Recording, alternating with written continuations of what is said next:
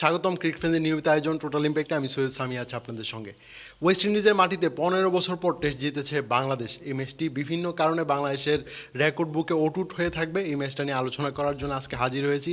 আমার সঙ্গে আছেন মোহাম্মদ সাদমান। সাদমান, স্বাগতম। ধন্যবাদ। বাংলাদেশ আসলে 4 দিনে ওয়েস্ট ইন্ডিজের মাটিতে টেস্ট জিতবে, এটা কি ভেবেছিলেন? মানে আমরা যারা কভার করছিলাম রাত জেগে, তাদের জন্য খুবই একটা ভালো দিক ছিল যে আমরা 4 দিনে ম্যাচটা শেষ করতে পেরেছি এবং বাংলাদেশ ম্যাচটা জিতেছে। এটাতে আসলে কাজ করে এর চেয়ে বড় শান্তির আর কিছু নেই। এরকম একটা টেস্ট ওয়েস্ট ইন্ডিজের মাটিতে, আপনি বলছিলেন 15 বছর পরে আমরা জিতেছি। 2009 আমরা হোয়াইট ওয়াশ করেছিলাম, সেখানে কিন্তু মানে ওয়েস্ট ইন্ডিজের ফুল টিমটা ছিল না, একটা সেকেন্ড ক্যাটাগরি টিম ছিল। এবার কিন্তু ফুল ফ্লেজ টিমকে আমরা হারিয়েছি। প্রথম ম্যাচটা আমরা 201 রানে হারলেও এই ম্যাচটা কিন্তু আমরা 101 রানে জিতে নিয়েছি এবং মানে দুর্দান্ত পারফরমেন্স। এই বাংলাদেশের যে ক্যাপাসিটি আছে, ক্যাপাবিলিটি আছে, সেটা কিন্তু এই টেস্টগুলো দেখলেই বোঝা যায়। আমরা কিন্তু এই টেস্টগুলো, এরকম ম্যাচ খেলার পরে আমরা আশা করি যে আমরা এরকম টেস্ট ম্যাচ খেলবো বা বড় টিমের সাথে ধারাবাহিকতা থাকবে। এই জিনিসটাই কিন্তু আসলে পরের সিরিজে গেলে দেখা যাবে যে হারিয়ে গেছে। এইটাই আসলে আফসোসের ব্যাপার। কিন্তু মানে আমাদের ওই ধারাবাহিকতাটা কোনোভাবেই যেন ঠিক থাকছে না। মানে আমরা লাস্ট পাকিস্তানের বিপক্ষে দুর্দান্ত একটা সিরিজ কাটিয়েছিলাম, তারপর ভারতে গিয়ে আমাদের 2 টেস্ট একদম ভরাডুবি হয়েছে, তারপর সাউথ আফ্রিকার বিপক্ষে ভরাডুবি হয়েছে। আসলে এই ওয়েস্ট ইন্ডিজের বিপক্ষে এই কামব্যাকটা আসলে খুবই জরুরি ছিল। ফার্স্ট টেস্টে ওয়েস্ট ইন্ডিজ ফার্স্ট টেস্টেও কিন্তু আমরা হেরেছি ব্যাটিং ব্যর্থতার কারণে। টেস্টে কিন্তু বলা গেলে কিন্তু এই বছরটা টেস্ট সাইকেলটা কিন্তু আমরা মোটামুটি ভালোই কাটিয়েছি। আপনি অন্যান্য ফরম্যাটের যে টেস্টে কিন্তু দেখবেন উন্নতিটা অনেক হয়েছে।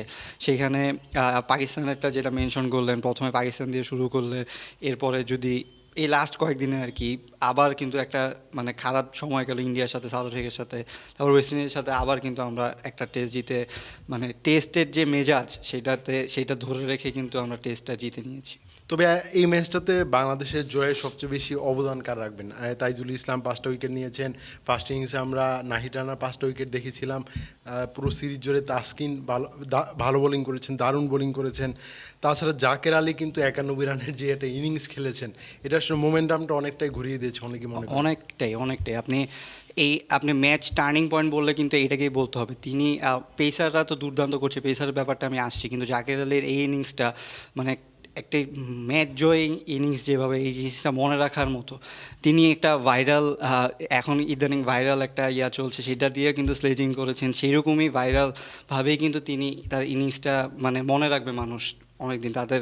কারণ আপনি দেখবেন যে এরকম সময় ইভেন ক্যারিবিয়ান পডকাস্টের একটা চ্যানেল রয়েছে, সেখানে টুইটারে তারা বলেছেন যে ব্রায়ান লারার সাথে তাকে তুলনা করেছেন। তিনি তখন এক্সেলারেট করেছে মাত্র, তখন তিনি 78 রানে অপরাজিত ছিলেন।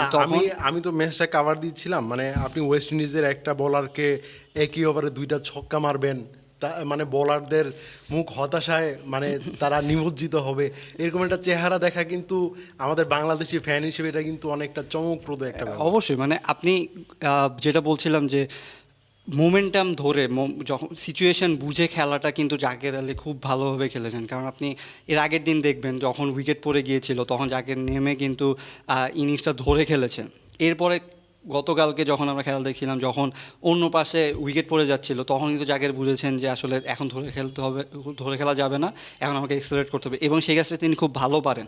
জাকেরকে যখন টেস্টে নেওয়া হয়েছে, তখন কিন্তু আমরা বলেছি যে উনি আসলে হয়তো সাদা বলে বেশি ফোকাস করবেন, রেড বলের জন্য তিনি কতটা, কিন্তু আপনি যদি তার ফার্স্ট ক্লাসের ক্যারিয়ার দেখেন, সেখানে কিন্তু তার রেকর্ড খুবই ভালো।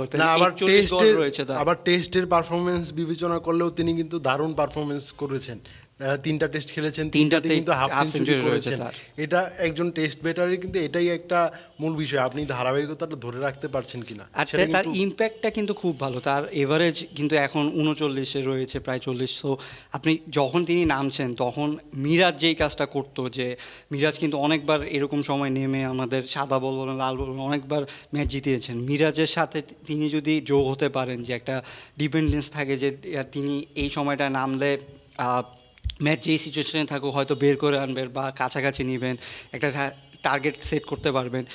জাকের আলী কিন্তু এরকম আসলে করেই যাচ্ছেন তিনি। না, জাকেরের আপনি দেখবেন আমি যে আপনি যে 3 টেস্টে 3টা হাফ সেঞ্চুরি পেয়েছেন, বাকি যেই 3টা ইনিংস সেগুলোতেও কিন্তু তিনি 20-25 রান যাই করেছেন একটা জুটি করার কিন্তু চেষ্টা করেছেন। মানে অনেকাংশে আমি দেখছিলাম যে স্টেট যে সময় দেখছিলাম মিরাজের সঙ্গে তার কিন্তু ভালো একটা ভালো জুটি জুটি হচ্ছে, হয়েছে। 40-50 রানের মতো জুটিও হচ্ছে, এটা কিন্তু খুবই একটা ভালো একটা হ্যাঁ, দিক। খুবই ভালো বিষয়। এটাই বলছিলাম যে আপনার এই সময় সিচুয়েশন বুঝে উনি যেভাবে খেলছেন সেটা আসলে খুবই গুরুত্বপূর্ণ। জাকির আলীকে বাদ দিয়ে যদি আমি আরেকটু বলি যে আমাদের টপ অর্ডারও কিন্তু এবার কিছু রান করেছে। জয় হয়তো পারেনি, কিন্তু সাদমানকে দেখবেন 2টা ইনিংসে রান করেছে। এই জিনিসটা কিন্তু খুবই যে ইম্পর্টেন্ট, যে আমাদের টপ অর্ডার বারবার ব্যর্থ হচ্ছিল, সেই জন্য কিন্তু আমরা ম্যাচ ধরে রাখতে সাদমান পারছিলাম না। কিন্তু ব্যাট হাতে পারফর্ম করার সঙ্গে স্লেজিংটাও খুব ভালো করছে। ওটা একটু বেশি ভালগার হয়ে যাবে, ওটা বলা যাবে না। কিন্তু আপনি সাদমানের এই জিনিসগুলো স্লেজিং বা যেগুলো আসে এগুলো কিন্তু কনফিডেন্সের সাথে আছে। আপনি না, যদি আপনি ম্যাচ যদি ভালো একটা- খেলেন, আপনি একটা প্রতি উত্তর যদি দিতে না পারেন তাদের বোলার ফিল্ডারদের, তাহলে আপনার ওই গার্ডসটা কিন্তু হ্যাঁ, না হবে না, আর আপনার খেলা যদি ভালো না থাকে, আপনি যদি রিদমে না থাকেন, তাহলে এগুলোও আসবে না। জাকির আলীকে নিয়ে যেটা বলছিলাম, 3টা পরোটা, আনলিমিটেড সবজি, এইটা যখন তিনি বলেছেন তখন কিন্তু তার আসলে কনফিডেন্স থেকেই বলেছেন। তিনি একটা দুর্দান্ত ইনিংস খেলে এসেছেন, তিনি চাচ্ছেন মাঠে পুরো ইনভলভ থাকতে, কীভাবে যেভাবে পারছেন তিনি সেভাবে সেভিং করছেন, সেভাবে তিনি ওয়েস্ট ইন্ডিজের প্লেয়ারদের মাইন্ডসেটে ঢুকার চেষ্টা করছেন। এইগুলো খেলাগুলো আসলে আসবে যে যখন আপনি মাঠে পারফর্ম করবেন তখন কিন্তু প্লেয়ারদের সেই আসবে। এইটা ছাড়া এই যে ব্যাটিংয়ের সাইডটা যদি আমরা বাদ দিই, তাহলে কিন্তু বলাররা কিন্তু আমাদের নিয়মিত ম্যাচ জিতে যাচ্ছে। এবার এই টেস্টগুলোতেও কিন্তু আপনি দেখবেন যে ইভেন ফার্স্ট টেস্টে যেখানে আমরা হেরেছি, সেখানে কিন্তু তাসকিন 6 উইকেট নিয়েছিল একটা ইনিংসে। আমরা কিন্তু একটা ইনিংস আমরা জিতেছি বলতে গেলে বলারদের জন্য, ব্যাটারদের ব্যর্থতায় আমরা পারিনি। এইখানেও কিন্তু দেখবেন যে বলাররা, এই নাহিদ রানা প্রথমবারের মতো 5 উইকেট পেয়েছেন, তাইজুল কিন্তু কন্টিনিউয়াসলি আমাদের বোলিংয়ে লিড দিয়ে যাচ্ছেন, তিনি আবার 5 উইকেট সেকেন্ড ইনিংসে না, আবার নিয়েছেন। আমি জানি যে আমরা জানি যে সচরাচর মিরপুরের উইকেট খুবই স্পিন বান্ধব হয়। দেশের মাটিতে, উপমহাদেশের মাটিতে কিন্তু তাইজুলের স্পিনটা খুবই কার্যকরী। অনেক সময় দেখা যেত দেশের বাইরে যদি খেলা হতো তাইজুলকে আসলে একাদশে জায়গা পাওয়াটাই কিন্তু খুব টাফ ছিল। সেক্ষেত্রে সাকিব আল হাসান যখন খেলছেন না, আমাদের একজন বাহাতি স্পিনার, সেই রোলটা তাইজুল পালন করবেন এটা অবধারিত। কারণ গত 5-10 বছর ধরে কিন্তু বাংলাদেশের অন্যতম সেরা বলার তাইজুল স্পিন বোলিং হ্যাঁ। হিসাবে, সেই হিসাবটা করে তাইজুল কিন্তু দেশের বাইরেও যে পারফর্ম করতে পারেন এটা কিন্তু বেশ ভালোভাবে খুব বুঝিয়েছে। আর এই কন্ডিশনটা কিন্তু স্পিনারদের জন্য খুবই ভালো, সেইটা তাইজুল করছে। তাইজুলের আরেকটা ভালো বিষয় হচ্ছে তাইজুল কিন্তু ক্রিজে অনেকক্ষণ থাকেন। ব্যাটিংয়ের কথা বলছি, তিনি ব্যাটিংয়ে কিন্তু অনেক সাপোর্ট দিয়েছেন। তিনি প্রায় 50 বল করে খেলেছেন। তিনি লাস্টে নাইট ওয়াচম্যান হিসেবে নেমে বা শেষের দিকে নেমে তিনি ধরে রেখেছেন, তিনি তার উইকেটটা দিয়ে আসেনি। এই জিনিসটা কিন্তু খুবই গুরুত্বপূর্ণ এই টেস্টে। এই মানে টেইল এন্ডারের কাছ থেকে এর থেকে বেটার কিছু আপনি কিছু চাইতে আশা করতে পারবেন না। পারবে না। তিনি টেস্ট একটু আগে নেমে যদি মুমিনুল একটু খারাপ ফিল করছিল দেখে কিন্তু তিনি নামেননি ওই দিন, থার্ড দিনে, ফোর্থ দিনে তিনি নেমেছেন, কিন্তু তিনি রান করতে পারেননি। তাইজুল কিন্তু সেই জায়গাটা আসলে পূরণ করেছে। এইরকম টেস্ট জিতার জন্য এই ছোটো ছোটো ইনিংসগুলো কিন্তু খুবই গুরুত্বপূর্ণ। আপনি টেইলেন্ডারের কাছ থেকে এর চেয়ে বেশি আসলে কিছু আশা করতে পারেন না। তবে মুমিনুল হকের পারফরমেন্সটা কি আমাদের জন্য কি একটু মানে চিন্তার কারণ হয়ে যাচ্ছে? তিনি আসলে এই টেস্টের 2 ইনিংসেই ডাক মেরেছেন।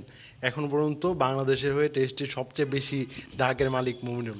তিনি যেমন- সেকেন্ডে আছেন মোহাম্মদ আশরাফুল। তিনি কয়েকদিন আগে আসলে আশরাফুলকে পিছনে ফেলে, মুমিনুল আসলে সবসময় বলেন যে আমি বাংলাদেশের হয়ে টেস্টে সবচেয়ে বেশি সেঞ্চুরি মালিক, আমার জয়টা সেঞ্চুরি, এগুলো নিয়ে আরও বেশি কথা হওয়া উচিত। কিন্তু মুমিনুলের কিন্তু এটাও মনে করা উচিত যে তিনি বাংলাদেশের সবচেয়ে বেশি ডাকেরও মালিক। তিনি আসলে এই যে দুই পাশেই হয়তো ব্যালেন্স করছেন, তিনি ওইখানেও টপে এখানেও টপে। মুমিনুলের আসলে অফ ফর্মটা আমাদের জন্য খুবই খারাপ, কারণ মুমিনুল শুধু টেস্ট খেলেন। উনি টেস্টে তাকে আমরা ব্র্যাডম্যান বলতাম বাংলাদেশের। তিনি ওই লেভেলের এভারেজ নিয়ে খেলতেন, ওরকম তার এতগুলো সেঞ্চুরি রয়েছে। মুমিনুল যদি টেস্টে পারফর্ম করতে না পারেন, তাহলে কিন্তু আমাদের মিডল অর্ডারটা, তিনি যেই পজিশনে খেলেন সেটা খুবই একটা মানে শঙ্কার মুখে পড়বে। আর এই সিরিজটাতে মুমিনুলের পারফর্ম করা খুবই জরুরি ছিল, কারণ নাজমুল হোসেন শান্ত নেই। শান্ত থাকলে আমাদের টপ অর্ডারে কিন্তু ভালো একজন অভিজ্ঞ ব্যাটারের এই শূন্যতাটা মানে বেশি মুশফিকও হতো না। ছিল না। আপনি দেখবেন যে এবার কিন্তু বড় মাঝখানে কিন্তু বড় প্লেয়ার নেই। মিরাজ খুবই ভালো পারফর্ম করেছেন, মিরাজকে বাহবা দিতেই হবে। তিনি ক্যাপ্টেন হিসেবে ক্যাপ্টেন্সিটাকে কত মার্ক দিবেন? ক্যাপ্টেন্সি তিনি কিন্তু ভালোই ক্যাপ্টেন, তিনি শান্ত না থাকলে কিন্তু তাকেই বলা হতো যে হয়তো তাকে ক্যাপ্টেন করা হবে। তিনি কিন্তু ঘরোয়াতে ক্যাপ্টেন্সি করে থাকেন। তারা দুজনে কিন্তু খুব ভালো ফ্রেন্ড। তারা কিন্তু বলেছিলেন যে তারা একটা পডকাস্টে হয়তো বলেছিলেন যে মিরাজের আসলে আগে হওয়ার কথা ছিল, সেখানে শান্ত আগে হয়েছে। মিরাজের ক্যাপ্টেন্সি কোয়ালিটি নিয়ে আসলে কিছু বলার নেই, খালি খালি রিভিউটা নিয়ে একটু কনসার্নের ব্যাপার। কিন্তু ক্যাপ্টেন হলে আপনি কিন্তু আসলে বুঝবেন, তখন আপনার ম্যাচুরিটিটা বাড়বে যে কোনটা রিভিউ নিতে হবে, কোনটা রিভিউ। তবে এই ক্ষেত্রে আমি মনে হয় আমাদের উইকেট কিপারদের এই নলেজের লেগিংসটা আসলে অনেক বড় জিনিস। অন্য দলগুলোর ক্ষেত্রে দেখি যে উইকেট কিপার কিন্তু অনেক সময় এই ক্যাপ্টেনকে কিন্তু অনেকভাবে সাহায্য করেন, যে ব্যাটে লেগেছে কি লেগেছে না।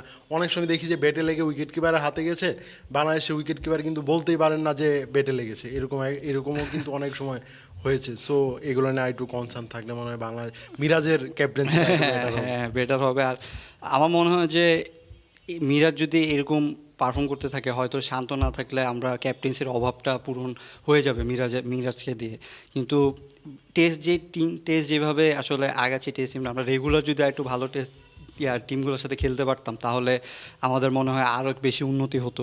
আসলে যখন আপনি এরকম একটা টেস্ট ম্যাচ খেলবেন, তখন আপনাকে কিন্তু মনে হবে যে একটা বড় দল খেলছে, বড় দল যেভাবে ডমিনেট করে জিতে সেরকমভাবেই জিতছে। কিন্তু মানে এটার কনসিস্টেন্সি আসলে থাকছে না, যেটা আপনি বলছিলেন যে ধারাবাহিকতা নেই। সেই ধারাবাহিকতাটা ফিরানোর জন্য আসলে টেস্ট রেগুলার খেলা দরকার, আমাদের প্লেয়ারগুলোকে সুযোগ দেওয়া দরকার। তাহলে আমরা ফিউচারে ঘরের মাঠে বলেন বাইরে বলেন সব জায়গায় হয়তো টেস্ট রুল করতে পারবো। আর মেহেদী হাসান মিরাজের জিনিসটা যদি আমি বলি, তাকে কিন্তু শুরু থেকে বলা হচ্ছিল যে নেক্সট সাকিব আল হাসান।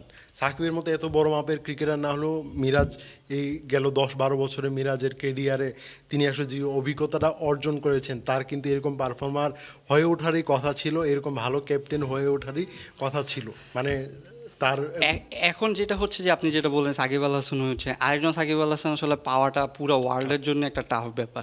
আপনি মিরাজ যেরকম পারফর্ম করছেন, সাকিব আল হাসানের মতো না হোক, পুরা টিমটা যদি একটা ব্যালেন্সভাবে দাঁড়ায়, তাহলে কিন্তু আমরা ওই যে 5 জনের কনসেপ্ট থেকে উঠে আসতে পারবো। আপনার আগে আমরা 5 জনকে নিয়ে বসে থাকতাম যে এই 5 জন ম্যাচ জিতাবে, এই 5 জনই ম্যাচ জিতিয়েছে, এই জন্যই কিন্তু হয়েছে। কিন্তু পুরা টিম যদি পারফর্ম করে, আপনার এই যে প্রত্যেকটা জায়গায় যদি একটা করে পারফর্মার থাকে, তাহলে কিন্তু টেস্ট বলুন, ওডিআই বলুন, টি20 বলুন, সব জায়গায় কিন্তু বাংলাদেশ ভালো করবে। কিন্তু আসলে এক এক টেস্টে এক একজন আসলে হিরো হয়ে উঠছে। পেসারদের কথা বাদে, পেসাররা নিয়মিত পারফর্ম করে যাচ্ছে, কিন্তু ব্যাটিংয়ের সেক্টরটায় দেখবেন যে এক একদিন এক একজন পারফর্ম করছে, কিন্তু কনসিস্টেন্সিটা থাকছে না। এই কনসিস্টেন্সিটা ফেরাতে হবে। প্রত্যেকটা পজিশন, আপনি টপ অর্ডার বলুন, মিডল অর্ডার বলুন, লোয়ার অর্ডার বলুন, সব জায়গায় যদি একজন করে পারফরমেন্স থাকে, তাহলেও কিন্তু দেখবেন আমরা ফাইট করতে পারছি, আমরা টেস্ট জিতছি, এবং সবসময় দেখবো যে আমরা ম্যাচ জয় নিয়ে কথা বলবো। ধন্যবাদ সালমান আমার সঙ্গে থাকার জন্য। দর্শক, ক্রিকেট ফ্যানের নিয়মিত আয়োজনে আমাদের সঙ্গে থাকার জন্য ধন্যবাদ। পরবর্তী কোনো পর্বে অন্য কোনো বিষয় নিয়ে কথা বলার জন্য আবার হাজির হব। সে পর্যন্ত আমাদের সঙ্গে থাকুন।